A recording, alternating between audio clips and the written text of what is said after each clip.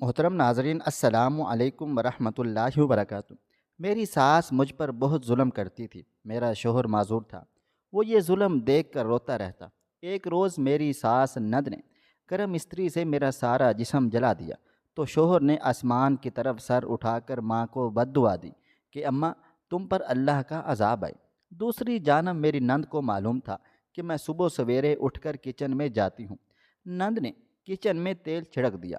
جیسے ہی اسے محسوس ہوا کوئی کچن میں ہے، نند نے ماچس جلا کر آگ لگا دی۔ جب چیخوں کی آواز سن کر میں باہر آئی تو میری نند مجھے دیکھ کر پیلی پڑ گئی اور سمجھ گئی اندر تو اسی کی ماں۔ جیسے ہی میں اپنے شوہر کے کپڑے استری کرنے کے لیے بیڈ پر بیٹھی، میری ساس کمرے میں داخل ہوئی۔ وہ چیختے ہوئے کہنے لگی کہ میں نے تجھے کہا تھا پہلے میرے کپڑے استری کر، اور تو یہاں ہاتھ پہ ہاتھ رکھ کر بیٹھی ہے۔ اس وقت بیڈ پر کپڑوں کا ڈھیر لگا ہوا تھا۔ میرے شوہر کو نہیں معلوم تھا کہ ان کی ماں میرے ساتھ کیسا سلوک کرتی ہے، کیونکہ وہ معذور تھے اور سارا دن بیڈ پر پڑے رہتے تھے۔ پہلی بار انہوں نے اپنی ماں کو میرے ساتھ ایسا رویہ اپناتے دیکھا تو حیران رہ گئے اور انہیں سمجھانے لگے، لیکن وہ اور زیادہ غصے میں آ گئی۔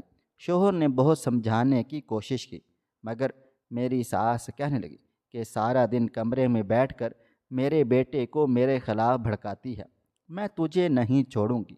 یہ کہتے ہوئے وہ میری طرف بڑھی اور گرم استری میرے ہاتھوں پر رکھ دی۔ میں چیخنے چلانے لگی، آنکھوں سے آنسو بہنے لگے، مگر اسے مجھ پر ذرا بھی رحم نہ آیا تھا۔ میرے شوہر رونے لگے اور ماں کو روکنے کی کوشش کرنے لگے تھے، مگر وہ قابو سے باہر ہو چکی تھی۔ میں نے درد کی شدت سے چیختے چلاتے ہوئے اپنی ساس کو دھکا دیا تو اس نے استری چھوڑ دی اور غصے سے مجھے گھورنے لگی۔ اس سے پہلے کہ میں اسے کچھ کہتی، میرا شوہر کہنے لگا کہ اماں رک جائیں، ورنہ مجھ سے برا کوئی نہیں ہوگا۔ وہ خود اپنی ماں کو روکنے سے قاصر تھے، جس کا میری ساس ناجائز فائدہ اٹھا رہی تھی۔ وہ میرے قریب آئی اور مجھے تھپڑ مار کر بولی، جو کرنا ہے کر لو۔ میں حیرت سے انہیں دیکھتی رہ گئی تھی۔ شوہر نے کہا، خدا کا عذاب نازل ہو آپ پر۔ یہ سن کر میری ساس کانپ گئی۔ پھر اچانک وہ شوہر پر چیخنے چلانے لگی کہ تمہیں نہیں پتہ کہ تمہاری بیوی آج کل کیا کر رہی ہے؟ یہ نوکر سے تعلق بنانے کے چکروں میں ہے۔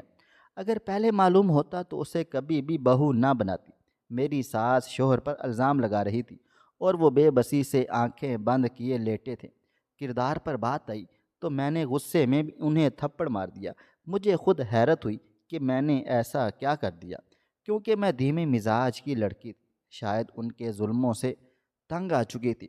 تھپڑ مارتے ہی مجھے احساس ہو گیا کہ آج میری خیر نہیں۔ وہ پہلے ہی مجھے بھوکا رکھتی تھی، اب تو انہیں مزید موقع مل گیا تھا۔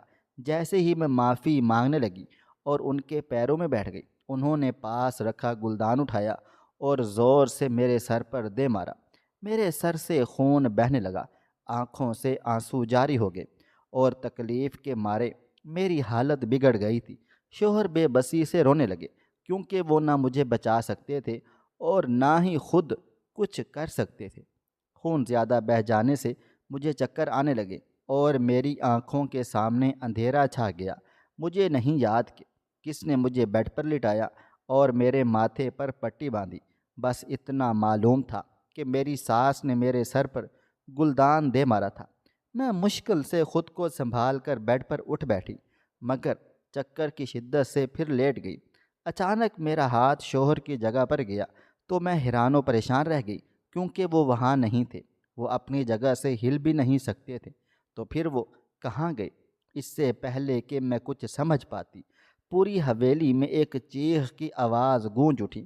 میں ڈر گئی اور چکراتے سر کی پرواہ کیے بغیر باہر کی طرف بھاگی تھی۔ یہ آواز کچن سے آ رہی تھی۔ میری نند گھر پر نہیں تھی اور ملازمہ بھی غیر حاضر تھی۔ میں نے سارا گھر چھان مارا، مگر کوئی بھی نظر نہ آیا۔ جیسے ہی کچن کے قریب پہنچی، میرے ہوش اڑ گئے تھے، کیونکہ وہاں آگ لگی ہوئی تھی اور اندر سے میرے ساس کے رونے کی آوازیں آ رہی تھیں۔ وہ مدد کے لیے چیخ چلا رہی تھی۔ میں نے باہر جا کر گیٹ پر گارڈ کو بلانے کی کوشش کی، مگر وہ بھی وہاں موجود نہیں تھے۔ شاید مغرب کی نماز کے لیے مسجد کو جا چکے تھے۔ خوف کے مارے میرے ہاتھ پاؤں کانپ رہے تھے۔ میں نے جلدی سے پانی کی بالٹیاں بھر کر آگ پر ڈالنا شروع کر دی، مگر کوئی خاص فرق نہ پڑا، بلکہ آگ اور زیادہ بھڑک اٹھی اور پورے کچن کو اپنی لپیٹ میں لے لیا۔ میری ساس روتے روتے بے ہوش ہو چکی تھی، کافی دیر تک کھانستی رہی، جس کی وجہ سے اس کی حالت مزید خراب ہو گئی۔ اس سے پہلے کہ میں اپنی نند کو فون کرتی، کسی نے میرے کندھے پر ہاتھ رکھا۔ وہ ایک بھاری مردانہ ہاتھ تھا جس میں گھڑی اور انگوٹھی تھی۔ میں فوراً سے سمجھ گئی کہ یہ میرے شوہر کی چیزیں ہیں، مگر یہ پہنی کس نے؟ جیسے ہی میں مڑی، میرے پیروں تلے سے زمین نکل گئی تھی۔ وہ کوئی اور نہیں بلکہ میں ایک مفلس گھرانے میں پیدا ہوئی تھی۔ ہم 3 بہنیں اور 3 بھائی تھے۔ امی ابو جتنی محنت کر سکتے تھے کرتے، مگر مہنگائی کی وجہ سے کمائی بہت زیادہ کم تھی۔ باوجود غربت کے وہ ہمیں بہترین تعلیم دلوانا چاہتے تھے، مگر میرا دل پڑھائی میں نہ لگتا تھا، اس لیے میں نے پڑھنے سے صاف انکار کر دیا۔ اللہ تعالیٰ نے حسن ایسا دیا تھا کہ دیکھنے والے دیکھتے ہی رہ جاتے۔ میں خود پر نازہ رہتی، مگر امی جان سمجھاتی کہ لڑکیوں کو یوں اترانا زیب نہیں دیتا۔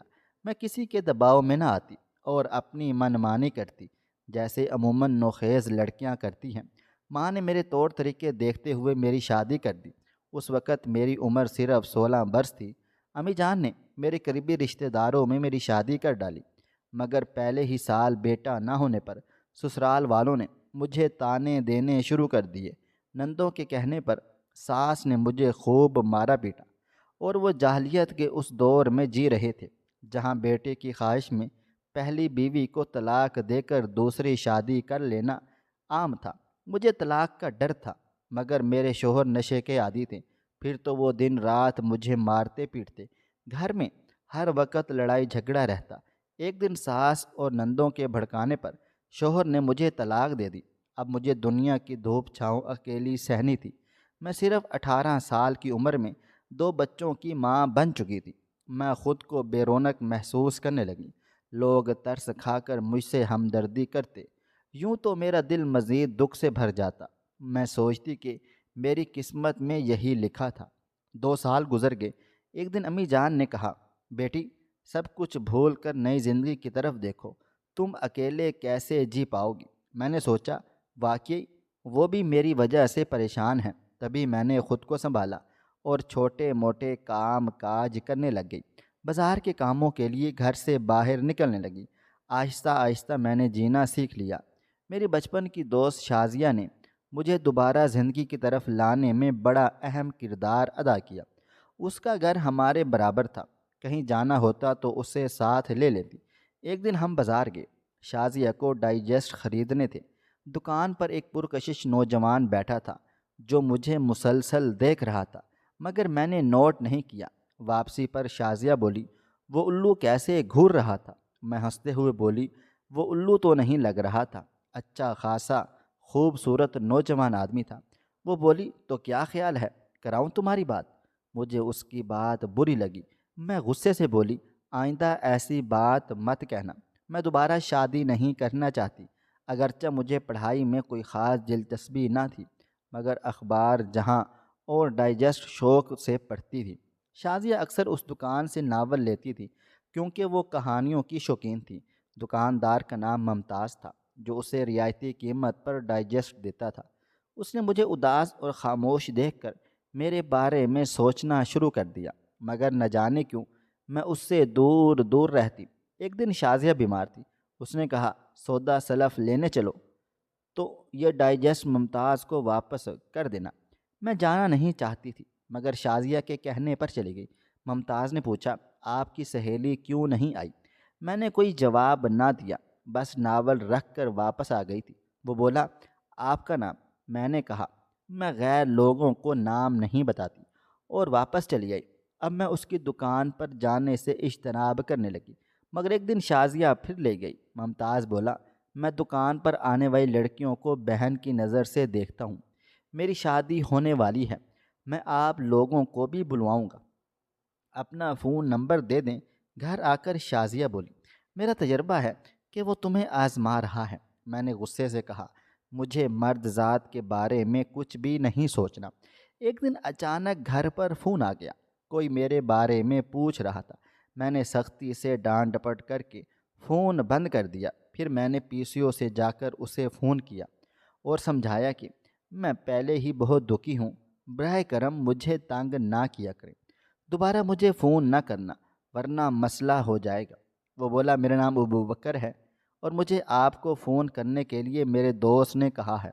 نہ جانے کس نے اسے آپ کا نمبر دیا ہے جو اس نے مجھے دے دیا۔ یہ کہہ کر اس نے فون بند کر دیا تھا۔ ممتاز پر مجھے شدید غصہ آیا۔ میں نے فوراً ممتاز کو فون کیا۔ وہ کہنے لگا، یوں ہی مذاق میں نمبر دے دیا تھا اور اس نے واقعی فون کر دیا۔ میں اپنی غلطی پر شرمندہ ہوں۔ خیر، میں خاموش ہو گئی۔ میں سمجھی تھی کہ ابو بکر نے اسے بتا دیا ہوگا کہ میں طلاق شدہ اور 2 بچوں کی ماں ہوں، لیکن اس نے کچھ بھی نہ بتایا تھا، جس سے میری تکالیف میں اضافہ ہوا۔ اب میں ممتاز کی دکان پر نہ جاتی تھی، لیکن شازیہ جاتی تھی۔ وہ جب ملتی کہتی، ممتاز تمہارے بارے میں بہت پوچھتا ہے اور کہتا ہے کہ میں نے تو ویسے ہی کہہ دیا تھا کہ میری شادی ہونے والی ہے، ایسی کوئی بھی بات نہیں ہے۔ مجھے تمہاری سہیلی بہت پسند ہے، تم اس سے میری شادی کروا دو۔ وہ مجھے سمجھاتی کہ ابھی تم کمسن ہو، ساری زندگی ایسے بھلا کیسے کٹے گی؟ اگر وہ تم سے شادی کی خواہش رکھتا ہے تو اس میں برائی کی بھلا کیا بات چیت ہے؟ غور سے اس کے بار بار سمجھانے پر میرے دل میں ممتاز کے لیے جگہ پیدا ہو گئی۔ میں سوچنے لگی، شاید اس طرح اندھیری زندگی میں کوئی چراغ جل جائے اور مجھے جینے کا آسرا نصیب ہو۔ ممتاز اتنا برا نہیں ہے، خوبصورت ہے، آمدنی اچھی ہے، اپنا کاروبار ہے۔ اگر وہ پرپوز کر رہا ہے تو ایسا رشتہ ٹھکرانا حماقت ہے۔ میں نے اس سے بات کرنا شروع کر دی، مگر دل میں خوف تھا کہ جب اسے پتہ چلے گا کہ میں طلاق شدہ اور 2 بچوں کی ماں ہوں تو وہ کیا سوچے گا۔ شازیہ نے کہا، ابھی مت بتاؤ، ذرا اس کے دل میں تمہاری شخصیت گھر کر لے، پھر کسی دن جب اس کا موڈ اچھا ہو تو بتا دینا۔ ابھی یہ سلسلہ چلنے دو۔ میں اس کی باتوں میں آ گئی اور چاہتی تھی کہ ممتاز میرا جیون ساتھی بن جائے۔ یوں اس کی دلچسپی مجھ میں بڑھتی گئی اور خواب مستقبل کے وعدوں میں بدلنے لگے۔ اس کی محبت اور توجہ پا کر میں بھول گئی کہ میں کیا کہوں گی اور کیا ہوگا جب ممتاز کو حقیقت معلوم ہوگی۔ ضمیر کی کشمکش سے تنگ آ کر اپریل فول والے دن میں نے اسے اپنے ماضی کا قصہ بتا دیا۔ اس وقت تو اس نے کچھ رد عمل ظاہر نہ کیا، شاید مذاق سمجھ رہا تھا۔ بعد میں پوچھا تو میں نے کہا، ہاں یہ سچ ہے، میں بچوں کو ملانے اس کی شاپ پر لے گئی۔ میرے بچوں کو دیکھ کر وہ یکدم خاموش ہو گیا، اس کی ہنسی غائب ہو گئی۔ میں نے اسے فون کیا لیکن اس نے بات کرنے کی بجائے موبائل کو بند کر دیا۔ اب وہ مجھ سے بات نہ کرتا اور ٹال مٹول سے کام لیتا۔ مجبور ہو کر شاپ پر گئی۔ وہ مجھے دیکھ کر پھٹ پڑا، 2 بچوں کی ماں ہو کر محبت کا ڈھونگ رچاتی ہو؟ خبردار جو دوبارہ شاپ پر آئی۔ یہ سب تو میرے وہم و گمان بھی نہ تھا۔ میں پتھر کی بن گئی۔ اتنی توہین برداشت نہ ہوئی۔ گھر آ کر خوب رو دی۔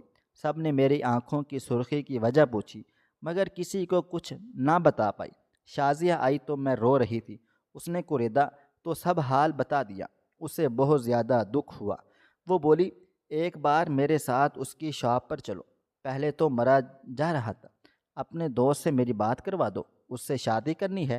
اتنے دن محبت کا ڈھونگ کرتا رہا، اب اچانک محبت گدھے کے سر سے سینگوں کی طرح غائب ہو گئی۔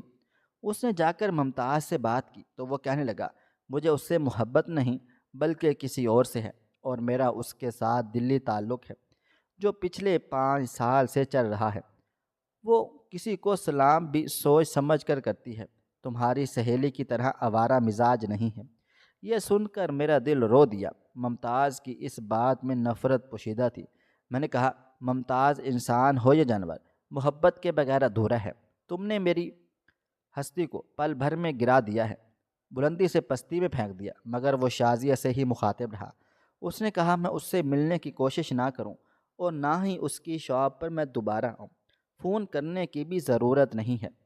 میں اس کے بھائیوں کو بھی خوب جانتا ہوں، یہ سب لوگ ایسے ہی ہیں۔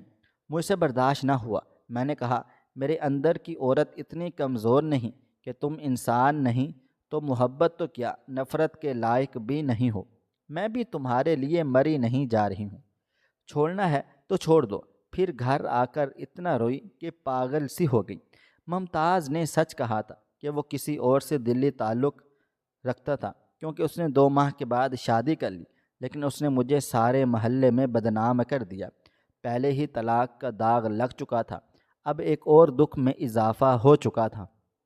لڑکیوں کی مائیں مجھے حقارت کی نگاہ سے دیکھتی اور اپنی بیٹیوں کو مجھ سے دور رہنے کی تلقین کرتی۔ میں روتی رہ جاتی۔ اماں ابا کے مجبور کرنے پر میں نے سنجیدگی سے دوسری شادی کے بارے میں سوچنا شروع کر دیا تھا، ورنہ میرے لیے ایک تجربہ ہی کافی تھا۔ اب میں پہلے سے بھی زیادہ گم سم رہنے لگ گئی تھی، اتنی بیمار ہو گئی کہ بستر سے جا لگی۔ ڈاکٹر کے پاس پہنچ گئی تو معلوم ہوا کہ مجھے کینسر ہے، لیکن ابھی پہلی سٹیج ہے۔ علاج کروایا تو میں ٹھیک ٹھاک ہو گئی تھی۔ یوں زندگی اور موت کی جنگ میں جیت ہو گئی۔ کینسر سے تو بچ گئی، لیکن ممتاز کی یاد اور اس کی نفرت نے مجھے موت کی طرف دھکیل دیا۔ اس کے ذلت بھرے جملے یاد آتے تو رونے لگتی۔ میرے سسکنے کی وجہ سوائے شازیہ کے اور کوئی بھی نہیں جانتا تھا۔ اماں مجھے چپکے روتے دیکھتی تو ان کا دل کٹ کر رہ جاتا۔ اب میں شازیہ کو برا بھلا کہتی اور اسی کو مرد الزام ٹھہراتی کہ اگر وہ مجھے نہ سمجھاتی تو نہ ہی میرے دل میں اچھی زندگی کی آس امید بنتی، اور نہ ہی میرا دل ممتاز کی طرف مائل ہوتا، اور نہ ہی میں شادی کے خواب دیکھتی۔ بعض اوقات سہیلیاں بربادی میں اہم کردار ادا کرتی ہیں۔ چند ماہ کے بعد ایک دن ممتاز نے اچانک مجھے فون کیا اور اپنی غلطی کی معافی مانگی، مگر میں نے بات کرنے سے انکار کر دیا۔ وہ شادی شدہ تھا اور جلد ہی باپ بننے والا تھا۔ میں نہیں چاہتی تھی کہ کسی اور عورت کا گھر برباد ہو، اور پھر دھوکے کا امکان بھی موجود تھا۔ آخر کب تک دھوکہ کھاتی رہتی؟ میرے والدین بھی نہیں چاہتے تھے کہ میں دوبارہ شادی کروں۔ وہ کہتے تھے کہ ہم تمہارے بچے سنبھال لیں گے، تم گھر بسانے کی حامی بھرو۔ تنگ آ کر میں نے ماں سے کہا کہ آپ ہی میرے لیے رشتہ تلاش کریں، لیکن پسند میں خود ہی کروں گی۔ پہلے کی طرح اندھا دھند شادی نہیں کروں گی کہ بعد میں پچھتانا پڑ جائے۔ ایک دن امی جان کے ساتھ بازار گئی تو ایک لڑکے نے مجھے دیکھ کر دلچسپی ظاہر کی۔ وہ نہایت خوبرو تھا۔ امی جان کو بھی پسند آ گیا اور اتفاق سے وہ ہمارے گاؤں کا نکلا۔ میرے ننیال ابھی تک وہیں تھے، تو بس پھر کیا تھا، اماں جان اس سے گھل مل گئی تھی اور اسے گھر آنے کی دعوت دے ڈالی، اور اس کا نام اختر تھا، اور اس کے والد گاؤں کے نمبردار تھے۔ کروڑوں روپے کی جائیداد اس کے نام تھی۔ نہ جانے کیوں اسے دیکھ کر پہلی بار ہی میرا دل خوش ہو گیا۔ ہفتے کے بعد وہ ہمارے گھر آیا اور مجھے لگا کہ میرے مسئلوں کا حل وہی ہے۔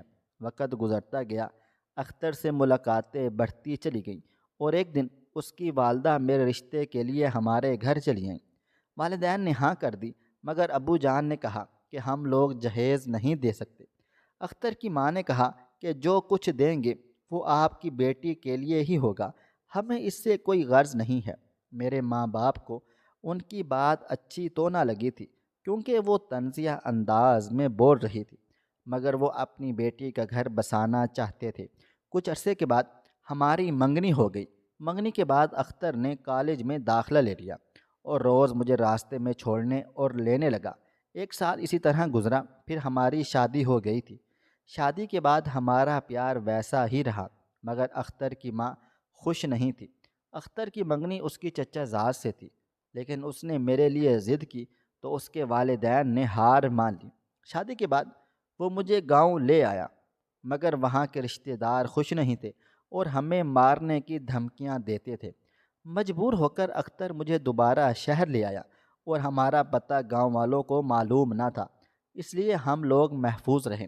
ایک دن بازار میں اختر کی سابقہ منگیتر کے ماموں نے ہمیں دیکھ لیا اور ہمارے گھر کا پتہ لگا لیا تھا۔ اختر کے چچا قدیم خان نے ہمارے خلاف سازش شروع کر ڈالی، مگر میں ان سب سے بے خبر اپنی زندگی میں مگن تھی، خوش تھی کہ اختر نے مجھ جیسی طلاق یافتہ عورت کو اپنایا اور میرے بچوں کو بھی باپ کا پیار دیا۔ دراصل اختر باپ بننے کی صلاحیت سے محروم تھا، اس لیے وہ میرے بچوں پر دل و جان سے فدا تھا۔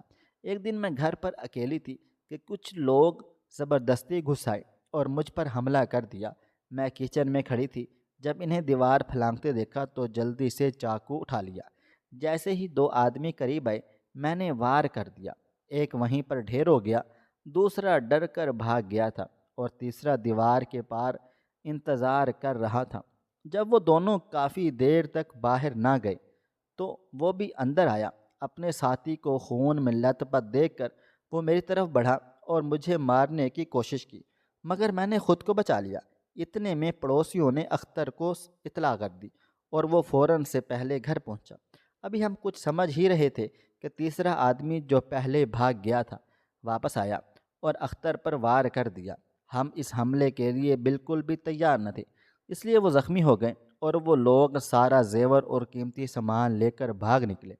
پہلے لگا کہ یہ چوری تھی، مگر حقیقت میں یہ اختر کے چچا کی سازش تھی، جس سازش کا ہم شکار ہو چکے تھے۔ جب گاؤں تک یہ خبر پہنچی تو میرے سسر اور ساس فوراً آ گئے تو میں تو ٹھیک ہو گئی، لیکن میرے شوہر معذوری کا شکار ہو گئے تھے اور چلنے پھرنے سے قاصر ہو گئے تھے۔ میری ساس نے جب اپنے بیٹے کو اس حال میں دیکھا تو خوش ہوئی، حالانکہ اسے افسردہ ہونا چاہیے تھا۔ وہ مجھے شکست خوردہ دیکھنا چاہتی تھی اور میں نے اپنی شکست تسلیم کر لی تھی۔ میری نند کو بھی طلاق ہو چکی تھی، کیونکہ اس نے اپنی نند کی شادی اپنے بھائی سے نہ کروائی تھی اور میری ساس اپنی بیٹی کا بدلہ مجھ سے لینا چاہتی تھی۔ شوہر کے بستر پر پڑتے ہی وہ شیر ہو گئی اور آئے دن مجھ پر ظلم و ستم کرنے لگی۔ اس کی بیٹی رضیہ بھی اس میں پورا ساتھ دیتی۔ میرے سسر ایک روز بھائی کی گولی کا نشانہ بنے اور پھر میرا خیال رکھنے والا کوئی نہ رہا تھا۔ شوہر سارا دن بیڈ پر رہتا اور میں نوکرانی کی طرح گھر کے کام کاج کرتی۔ مجھے میکے جانے کی اجازت نہ تھی۔ پہلے تو ساس کے کہنے پر بچوں کو حویلی لے آئی، مگر یہ محض میرے شوہر کے سامنے اچھا بننے کی چال تھی۔ جیسے ہی شوہر کام پر جاتا وہ بچوں پر بھی ظلم و ستم کرتی، جو مجھ سے برداشت نہ ہوا، اس لیے میں نے انہیں ماں کے پاس بھجوا دیا۔ ایک روز عید پر بچے مجھ سے ملنے کے لیے آئے اور کافی دیر میرے پاس رہے۔ جو ساس کو گوارا نہ ہوا، اس نے جان بوجھ کر سیڑھیوں پر تیل ڈال دیا، جس سے میری 7 سال کی بیٹی پھسل کر گر گئی اور اس کا بازو ٹوٹ گیا تھا۔ میرے شوہر یقین ہی نہیں کر رہے تھے کہ یہ سب ان کی ماں نے کیا ہے، لیکن میں نے سیڑھیوں پر گرا ہوا وہ خاص تیل دیکھ کر سب سمجھ لیا تھا، کیونکہ وہ تیل صرف میری ساس ہی استعمال کیا کرتی تھی۔ میں نے ڈر کے مارے ماں سے کہہ دیا کہ وہ دوبارہ بچوں کو حویلی نہ بھیجیں، بلکہ میں خود ان سے ملنے چلی آیا کروں گی۔ ماں سمجھ چکی تھی اور بیٹی کا گھر بسانے کے لیے بچوں کو پالنے کے لیے تیار ہو گئی۔ حالانکہ انہیں خود خدمت کی اشد ضرورت تھی۔ زندگی ایک اور موڑ لے چکی تھی۔ ایک بہت بڑا حادثہ ہو چکا تھا۔ میں جیسے ہی مڑی میرے ہاتھ پاؤں کانپ رہے تھے، دل کی دھڑکن تیز تھی، مگر میں اپنی ساس کو بچانے کا موقع گنوانا نہیں چاہتی تھی۔ وہ خوف کے مارے بے ہوش ہو چکی تھیں۔ میں جیسے ہی مڑی حیران و پریشان رہ گئی کہ میرے شوہر اختر میرے سامنے کھڑے ہوئے تھے۔ ان کی آنکھیں نم تھیں۔ انہیں صحیح سلامت دیکھ کر میں حیران و پریشان رہ گئی تھی۔ وہ کہنے لگے کہ باقی باتیں بعد میں کریں گے۔ ذہن میں بے شمار سوالات تھے، مگر میں خاموش رہی۔ ہم دونوں آگ بجھانے کی کوشش کرنے لگ گئے اور پھر میرے شوہر 2 بوریاں لے کر اندر داخل ہوئے اور اپنی ماں کو اٹھا کر باہر لے آئے۔ آگ تقریباً بجھ چکی تھی۔ میں ابھی کچن میں پانی ڈال رہی تھی جب میرے شوہر ساس کو لے کر ہسپتال چلے گئے۔ وہ مجھے ساتھ لے جانا نہیں چاہتے تھے، مگر میں زور زبردستی ساتھ ہو لی۔ میری نند کو مسلسل کال کر رہے تھے، مگر وہ فون نہ اٹھا رہی تھی، جس پر ہم سب لوگ بہت زیادہ پریشان ہو گئے تھے۔ ڈاکٹرز نے بتایا کہ اگلے 10 گھنٹے نہایت اہم ہیں۔ اگر وہ انہیں بچا پائے تو ٹھیک، ورنہ کچھ نہیں کہا جا سکتا۔ ہم میاں بیوی روتے ہوئے دعائیں کرنے لگ گئے تھے۔ 15 گھنٹے کے بعد ڈاکٹر نے خوشخبری دی کہ ماں جی ٹھیک ٹھاک ہیں، لیکن ان کا آدھا جسم جل چکا ہے۔